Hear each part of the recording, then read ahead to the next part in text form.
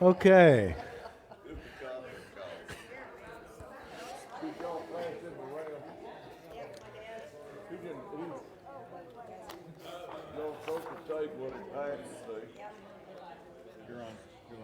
All right.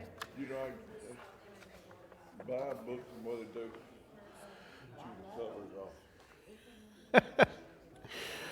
Oh, so a conversation going on up here about whether somebody had been to a sunrise service or not. Rhonda and I had that same conversation yesterday. She said she was at last year's sunrise service. I said, no, you weren't. She said, yes, I was. I said, sweetie, you were not. I remember I went to it by myself. Rhonda, if you remember, was having a lot of back issues last year. I mean, to where, like in Bible class, she would have to stand up the whole time and all like that. But, you know, she hurt her back out my boat and over a year ago, if y'all remember that, and trying to do that triple backflip off the back of it. But no, she wasn't able to make it. So hopefully you'll be able to come. Sam said it's too early for him, and that's sad. But I can call you. I'll call you. I'll call you at 3 a.m. You come however you want to, bro. A Speedo. Thanks, Wayne. Thanks for sharing. To all of our guests here today, I'm sorry. We get a little too comfortable with each other. So we will press on with our class today. Once again, thanks to David Lehman for leading the class last week as I was doing the COVID thing. And it's funny, I'm teaching a class on COVID, you know, persevering in a pandemic, faith, hope, and COVID-19. And in the middle of it, I decided to get COVID that Rhonda gave to me for the second time. So,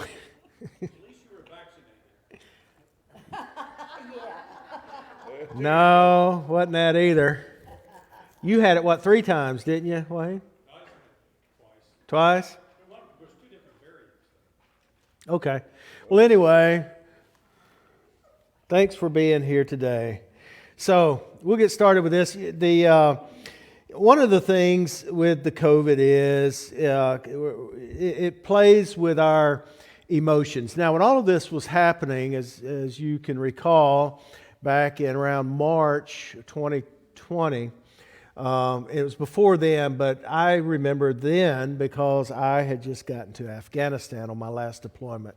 And while I was there, I'd just gotten there. The day before they went into mandatory lockdowns on everyone being quarantined, I didn't have to quarantine. But it impacted us over there because our, in the Air Force, we don't call them chow halls, we call them dining facilities. And if any of you were ever in the military, there's always some inter-service rivalries that go on. The other militaries have chow halls. We have dining facilities. And they're always trying to get into our DFACs, our dining facilities. But anyway, we had to go to where it was just all, instead of, dining ware, we had to use plastic plates and all. Yeah, I mean, we're in the Air Force. We didn't sign up for this. I don't care if we're in Afghanistan. But we went to that, had to go and always get our meals to go back to our workstations and eat. Things, social distancing and all. But while I was there, I was even thinking as I was watching all of you folks going nutso back here stateside, buying all the toilet paper when we had plenty of toilet paper over there. And I was thinking, wow, to be a kid, because I can remember growing up in Alabama. Now, it's funny down here. This past week we had one bad weather day or something, but the schools shut down. I remember back when I was a kid, schools did not shut down for a prediction of bad weather. So I've kind of found that funny. In Alabama, where I was raised, if we were getting snow, that was about the only thing because you didn't want a whole bunch of rednecks trying to drive in snow. And so they would shut schools down.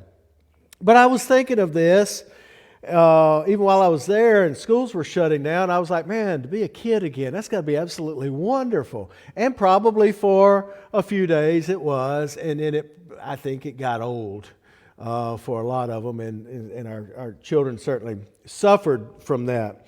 But did play with our emotions sometimes. Today we're going to look at, as you can see up there, living with sadness because of other things that were happening during this time. We couldn't travel and see people. I didn't see my mom it was nearly 2 years.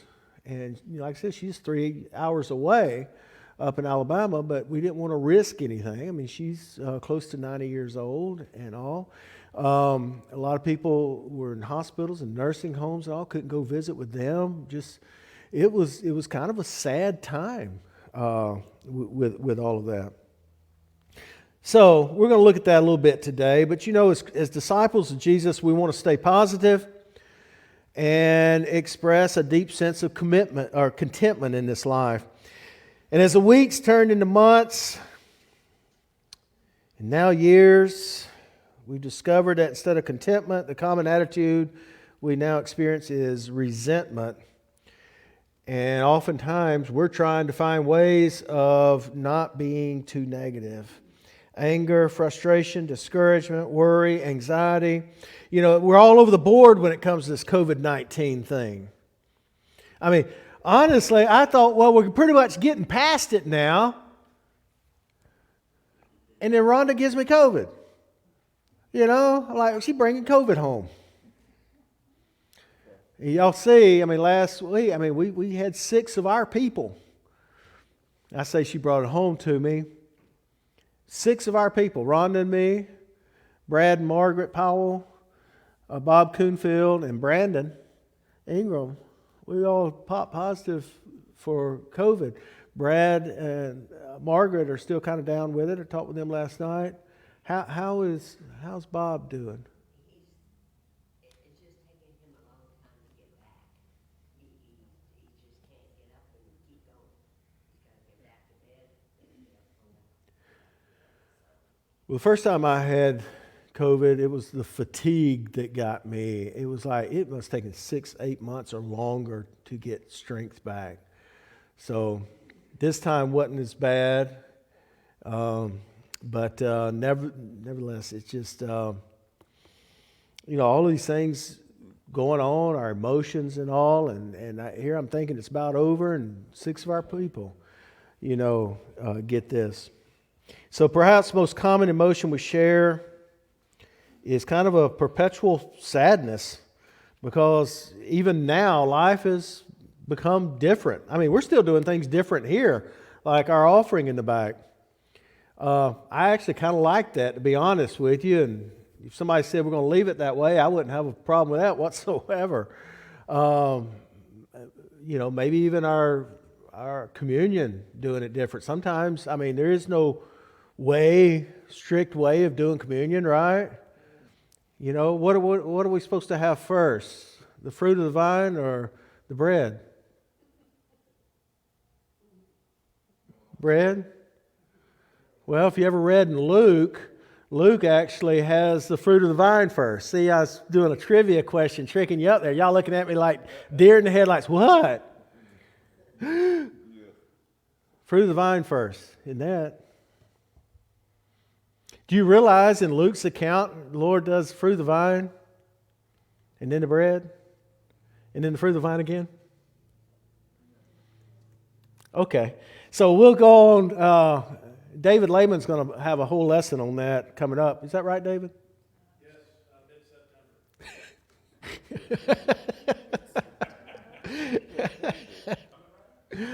no.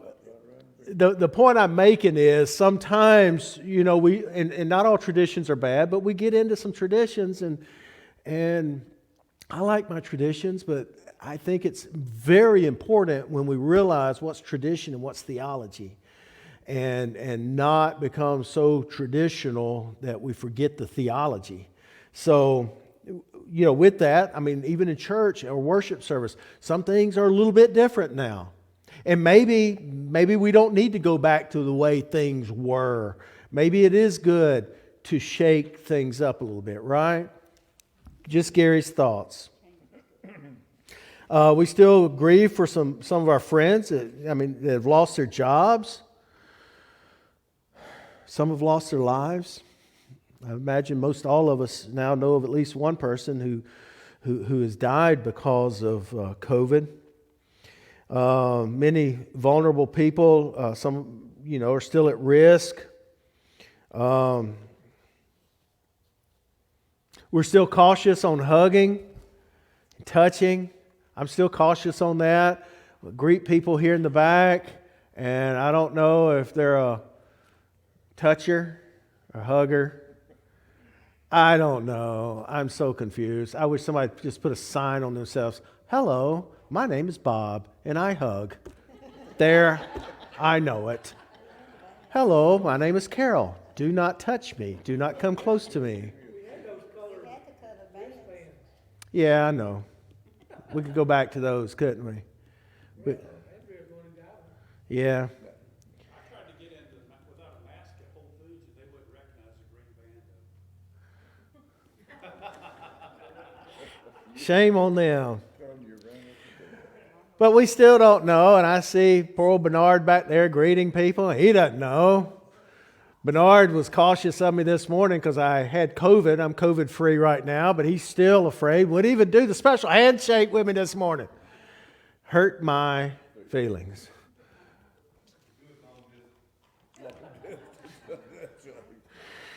Christy came up. She was like this, and Christy always comes up and gives me a hug. Today it was like, hey, long distance. I'm like, unclean. Yeah, I was getting ready to teach class this morning. I was way up here. Oh, y'all, I came back here to you. Well, stay away from me. We're not normal. Well, we're not normal anyway here, but we're not normal because of COVID right now. In all of this, there is still a sadness, and I don't know if we know how to deal totally with it. As Christians, the theme of our life is joy in Jesus. Kind of what we talked about this morning in our lesson, not sorrow in circumstances. But circumstances can be so overwhelming, and the sadness seems to linger. We know God's people are not protected from grief and pain. We're well aware that even Jesus himself, he wept. This seems to be different because life itself has changed so much, and we feel this inherent sadness in that reality. So, what do we do with that sadness and our sorrow? That is the subject of our lesson today. So, a little different setup today since we're back here, so bear with me. A people of sorrow. When you read the Old Testament, the Hebrew Bible, you discover that God's people, instead of turning away from sadness, they embraced it. Just as we're living in the middle of a tragedy, a worldwide pandemic, people of Israel, they endured quite a few catastrophes. One of the first was their enslavement in Egypt, and they cry out to God in their trauma and their distress. In Exodus 2:23, it says, Israelites groaned in their slavery and cried out, and their cry for help because of their slavery went up to God. God responded to their groanings, not with a lecture to buck up, but with compassion and in action, as we see in Exodus 3:7 and 8. It says, I have indeed seen the misery of my people in Egypt. I've heard them crying out because they're slave drivers, and I'm concerned about their suffering. So I've come down to rescue them from the hand of the Egyptians. And then we see that Moses becomes the vehicle through which that rescue took place. So then, in the Old Testament, of course, the greatest disaster of all was the Babylonian exile.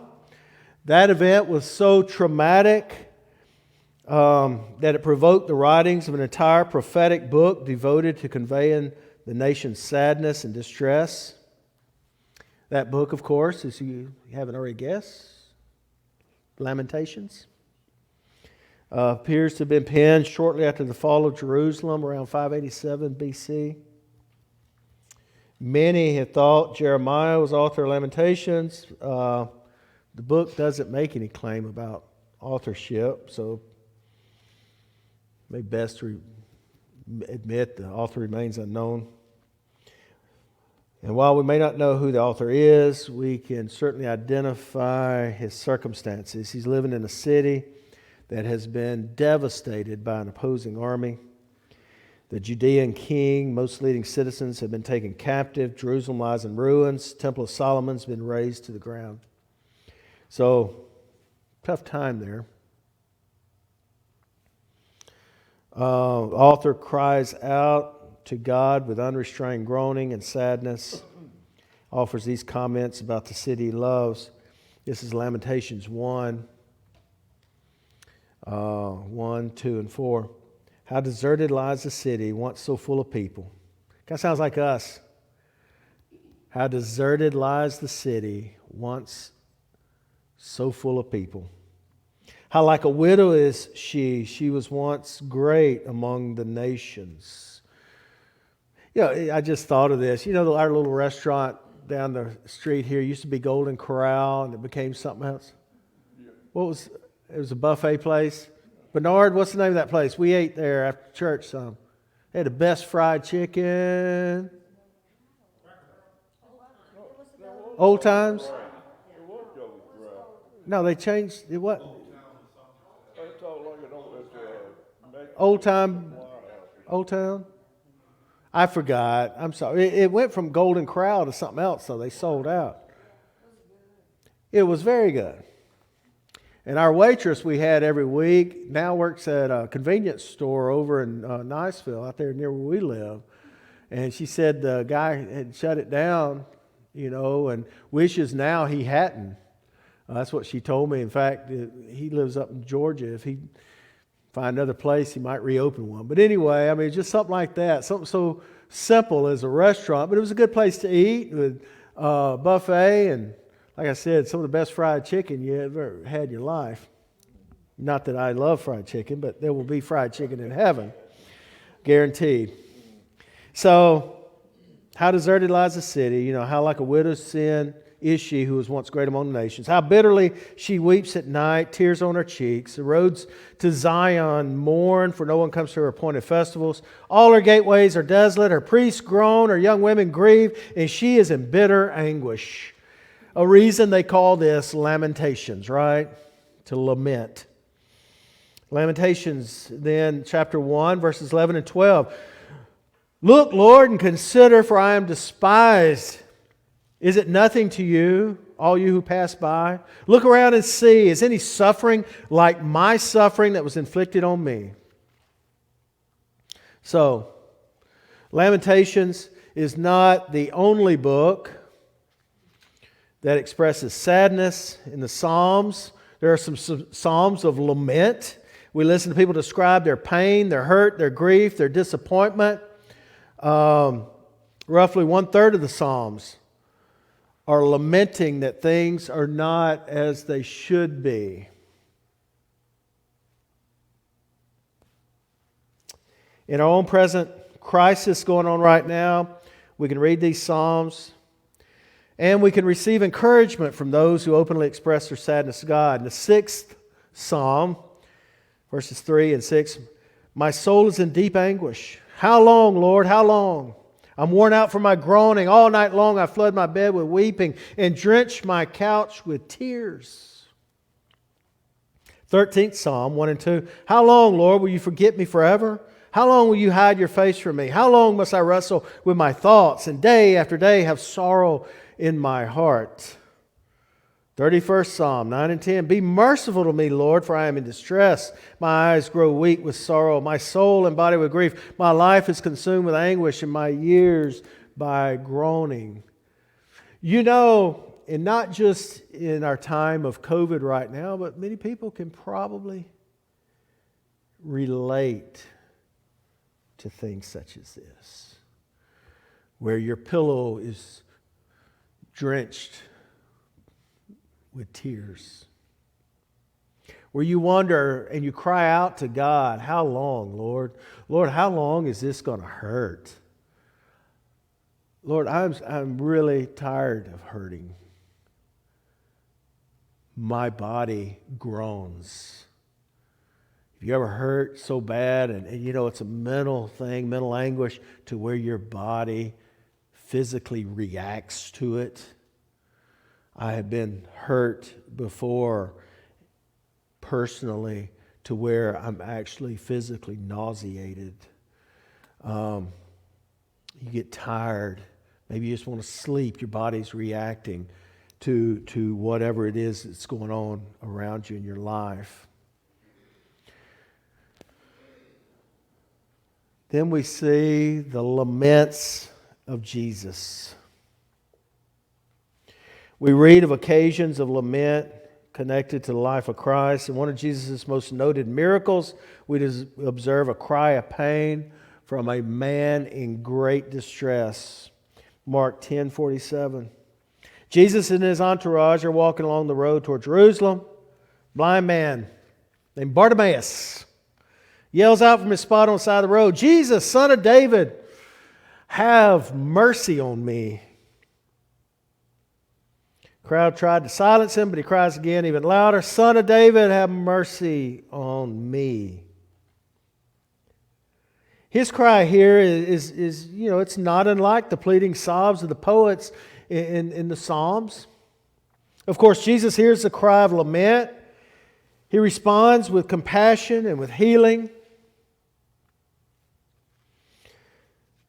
Then Luke 13, Jesus offers a lament of his own as he reveals his own emotional reaction to the unbelief of the city of Jerusalem. Luke 13:34, "Jerusalem, Jerusalem, you who kill the prophets and stone those sent to you. How often I have longed to gather your children together as a hen gathers her chicks under her wings, but you were not willing." Jesus expresses a deep sadness and regret here in this situation. Even the words spoken by Jesus at Gethsemane are kind of a lament. It reveals Jesus' own emotional turmoil. Mark 14:32-34. They went to a place called Gethsemane. Jesus said to his disciples, "Sit here while I pray." He took Peter, James, and John along with him, and he began to be deeply distressed and troubled. "My soul is overwhelmed with sorrow to the point of death," he said to him. "Stay here and keep watch." Going a little further, he fell to the ground and prayed that if possible the hour might pass from him. "Abba, Father," he said, "everything's possible for you. Take this cup from me. Yet not I will, but what you will." We can see the sadness and distress. We can see the anxiety here in Jesus' words. And of course, the most powerful personal lament delivered by Jesus was spoken as he was hanging on the cross. Mark 15:34, my God, why have you forsaken me?" Which is a direct quote from one of the Psalms of Lament, the 22nd Psalm, first verse. The experience of the crucifixion brought Jesus to a place where he cries out in anguish and grief, struggling with the apparent absence of a father he was dependent on for so long. So while Jesus was hanging on the cross, the disciples were offering their own laments. One explained in Luke 24:21 the sadness and disappointment with these words, "We had hoped that he was the one who was going to redeem Israel."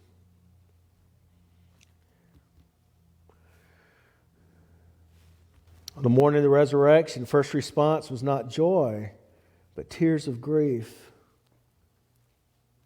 Mary Magdalene goes to the tomb. She finds it empty and begins to cry. She's wondering, why would somebody take his body? Imagine her grief and her anguish, wondering, why would somebody do this? They killed him. Isn't that enough? Why can't they leave us alone now? Why would they do this? John 20:13. she explains her tears with the explanation here. She says, they've taken my Lord away, and I don't know where they put him. And while she's weeping, the apostles are hiding behind locked doors. Good old apostles here. Fearful Jewish leaders are going to come for them now. Women are brave enough to go out there. The guys,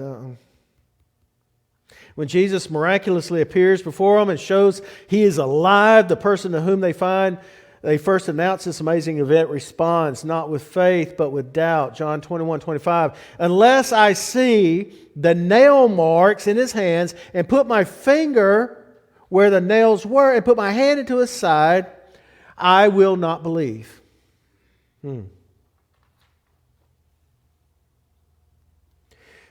Tears, locked doors, doubt, they all seem to go together, different ways to say similar things. They all reveal a difficulty in facing what's ahead. And maybe they sum up a lot of what we're feeling right now. We too have shed tears. At times we have to hide behind locked doors. I was locked down last week. I was on lockdown with Rhonda. And we stayed separate. Well, once I got COVID, she said, well, I guess you can come on shack up with me again. I said, I guess so. Thanks.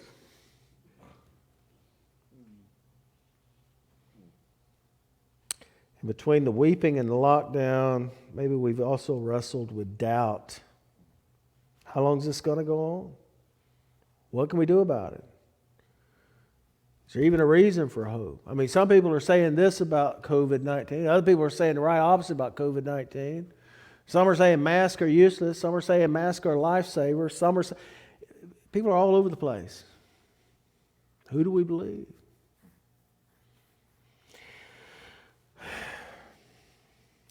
It gets distressing at times.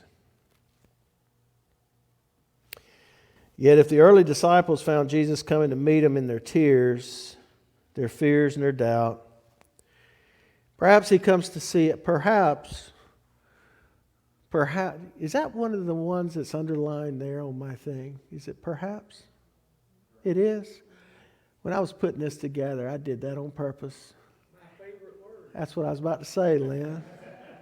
For those of our guests, Lynn Henley taught a class here a while back, and I think the whole meaning subject of the class was perhaps. And we used that word a lot. So when I put this together, I had perhaps on here. I said, Lynn will like this.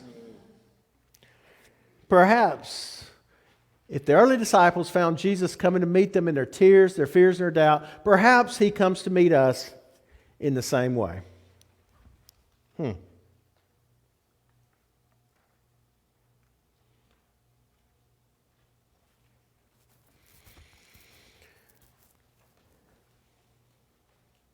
Maybe the sadness we feel becomes the path through which Jesus joins us. Maybe in our sadness, we can not only learn from him, but draw closer to him. So, let's look at growing through grief. In our sadness, we confess our faith. When we experience goodness and wholeness in this life, we turn to God in praise and thanksgiving, but we also turn to God when we experience brokenness, suffering, sadness, and loss.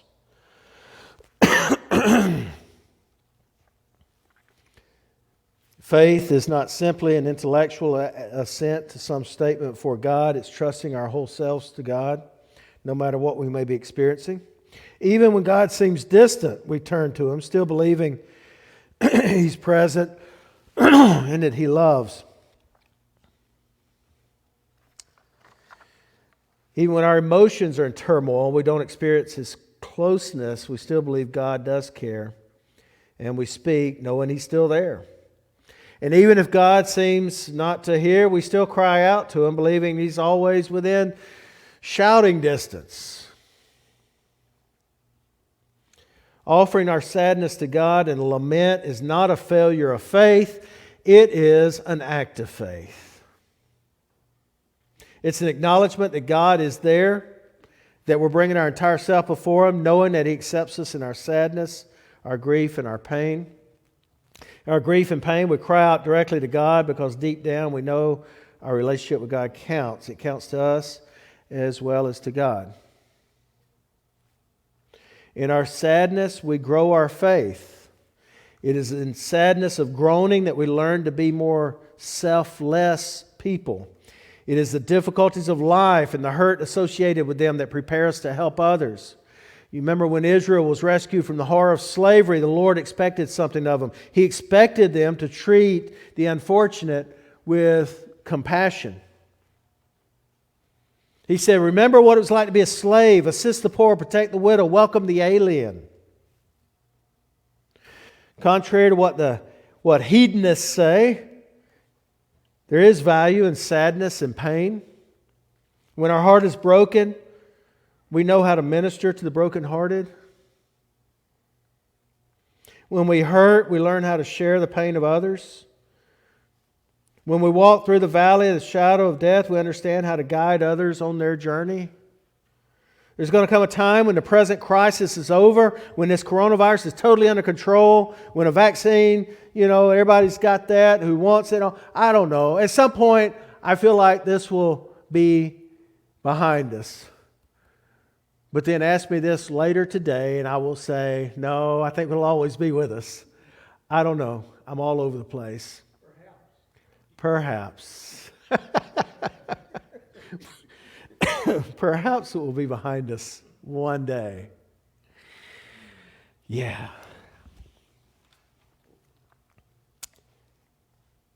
When that day comes, we're going to look back on the sadness and pain and difficulty of all these long months and maybe discover something we didn't expect. Maybe we'll discover God's prepared us to be better people. Our hearts have become more fully open to the hurt and sadness of others. And in the sadness, we share our faith.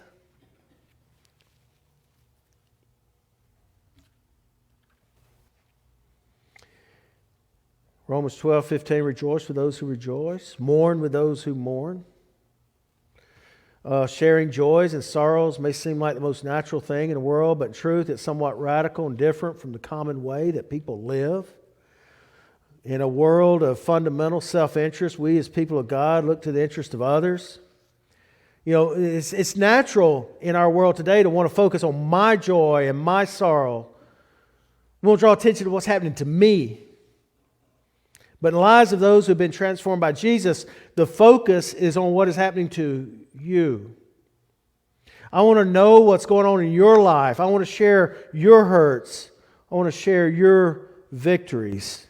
In a world of distance and detachment, Christians share their joys and their fears. In our present day of our culture of Facebook, sociologists are affirming that most relationships lack depth. We won't talk about ourselves, but only in a positive, superficial way. It's kind of interesting. Last week, I went up to see my mom, and there's a little barbecue place up there in Prattville, Alabama, called Fat Boys Barbecue. Y'all been to Fat Boys? You might have been to Fat Boys? You have. Jan has. It's really good. You've been there, ain't you, Lynn? Well, we go to Fat Boys. Okay. Well, Fat Boys Barbecue, the owner of it, from up there. He was a truck driver for many, many years and opened his barbecue place. Kind of exploded. It's really good. But went there, and that's where I was born and raised. And went there, and young lady, the lady waited on me, was talking to me and all. And she said, well, Gary, thanks for coming in today. I said, okay. We got called in early, so I figured that's how she knew my name. She looked at me and says, do you remember me? You don't remember me, do you?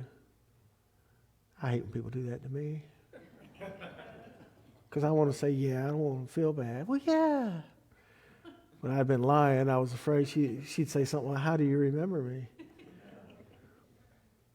I said, "No, I don't. I'm sorry." She told me her name. Well, I've known her since first or second grade. We grew up together. She has a brother. I knew him better. They were twins. Her name was Michelle. Her brother's name was Michael. I knew him better. Played sports and all with her. She was a cute little thing growing up and everything. But I didn't remember her. And we talked for a few minutes. I left. I said, I have to look her up on Facebook. Well, I found on Facebook I'm already friends with her. That made me feel worse. Man. But I realized something. Her there and her Facebook were two different things. And I could go into that further, but I won't because we're already at like a quarter after and I need to finish this up. But it was interesting to me thinking of that and seeing her and talking to her for just a few minutes and all. But her real life and her Facebook, they were different. I think if they would have been aligned, I might have remembered her. You know? So people, align your Facebooks with real life, okay? Have actual photos on there, not enhanced ones. All of mine are thoroughly enhanced. So don't do as I do as I say.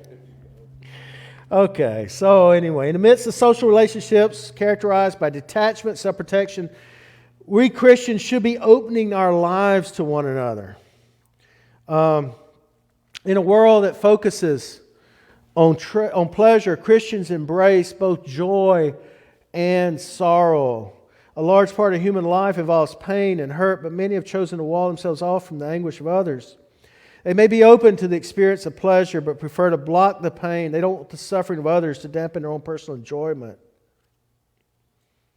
In contrast to that attitude is Paul's call to share joy, or share sorrow as well as joy. A pleasure-seeking culture may wall itself off from the hurt and pain, but those who follow the example of Jesus, sometimes we laugh and sometimes we cry. Don't we have a song about that? We do. And it's true. Sometimes we laugh together and sometimes we cry together because joy and as well as sorrows will come.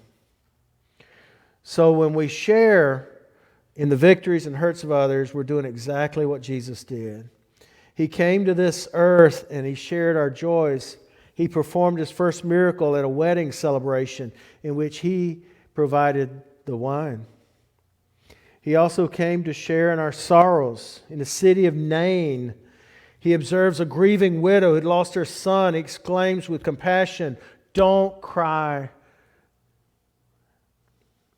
Don't cry." That is so interesting to me there. I mean, even when Jesus wept at times, and here this grieving widow, and He comes to her and says, "Don't cry." Well, Jesus, as a trained counselor, I would say that's probably not something good to say. However, He's Jesus, so I guess He can say anything He wants to. But He says, "Don't cry." Because then Jesus sheds His own tears at the death of His own close friend Lazarus.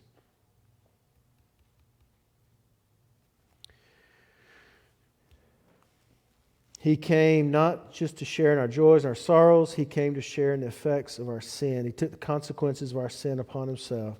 2 Corinthians 5:21, God made Him who had no sin to be sin for us, so that in Him we might become the righteousness of God. In a very real way, when we share the sadness and burdens of others, we in truth continue the ministry of Jesus. So, the next time I teach this class, because I'm going to do something a little different next week. We have our sunrise service at 6, breakfast at 8, worship at 9. And instead of going from Jesus and resurrection to COVID, I'm going to skip next week. We'll have Bible class, but I want us to keep our focus next week on the resurrection in our class. So it'll be a little different next week. And in the following we'll pick back up for just, I think, 2 more weeks, isn't it, Lynn? Through the second week in May. Yeah. So 2 or 3 weeks, however many long, May 8th is my last class.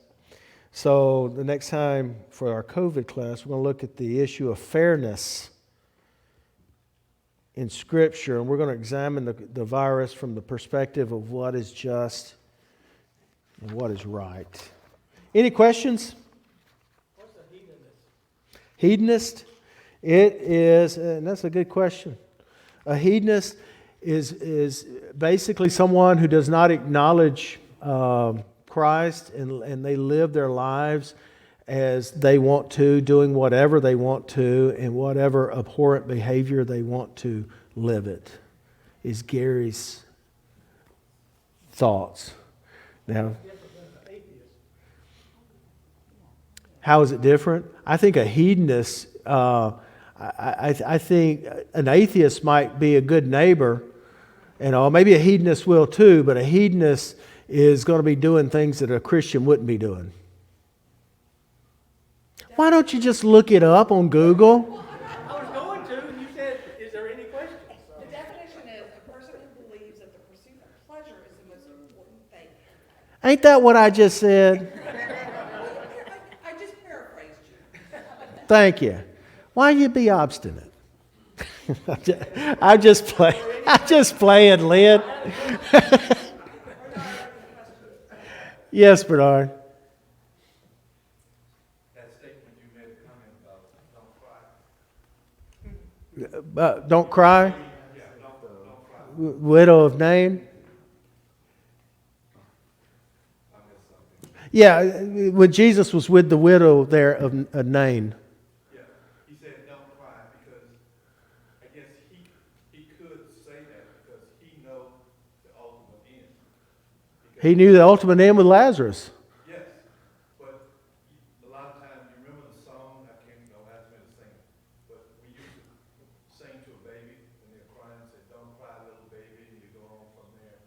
You know, they don't know the difference. Yeah. But he knows the difference. And when he said it, don't cry, because again, he knew the end. Well, he was about to heal him and bring him back to life. Who? The son. Yeah, but he also was about to heal Lazarus too. He still cried. He told the mother, don't cry, because he was about He told her, don't cry, yeah. And then he cried. But you know, there are different ways when you cry, because there are different people that you know, different people, you know, because sometimes something may happen in your life and you might get a teary eye. And then there are sometimes you really want to go into a deep cry because of the emotions of that whatever happened. And I think when he was saying don't cry, because I know what's going to happen, what's about to happen in the end of life, because he knows everything. So I can see why he would say that. That's my opinion. You had yours, I have mine. Well, you ought to preach a sermon on yours here in a couple of weeks. No, I see what you're saying. It's interesting. A lot of times there's a whole bunch of, I mean, I know the class is over, but, you know, I listen to people teaching and things, and we have differences of opinion. And that's a good thing, because now it's making you think deeper. Sure. Because now, what that person is saying, am I looking at it differently? And it makes us study more. Yeah, I agree, Bernard. By the way, let me give you my opinion. I love your thing going on here. You just need to grow it out a little more right on up here. We could be true brothers. Just like this. Right here. We got the head thing going on. We got to get this going on. It's too itchy, so I'm cutting it down. Now it gets to a certain point, it's okay. Plus, use your wife's conditioner and rub it in real good. Well, no, I haven't either. I hadn't used a comb in years, so I got this. We'll carry on this conversation later. Just want to real quick remind everybody to sign up for next Breakfast. breakfast. There's a sign-up sheet back there, but it's full. But just, there's multiple, you can put your name time underneath some of those things. So, just wanted to remind everybody. Are you saying you're going to do something as well? Pancakes? I'll make pancakes. I got one on there, so I had. Okay, that's good. Yeah, we're looking forward to that next week. Hope you guys are. A lot of, 6 o'clock sunrise service, actual sunrise at 6:16. Then gives us time to get back here. Plenty of time, actually, because the service probably won't last more than 35, 40 minutes out there. Have a short devotion. We'll have communion out there as well, if you would like. And then breakfast here, service, Bible class, and a long nap Sunday afternoon. Anything else? Thanks for being here, and I guess lunch is served.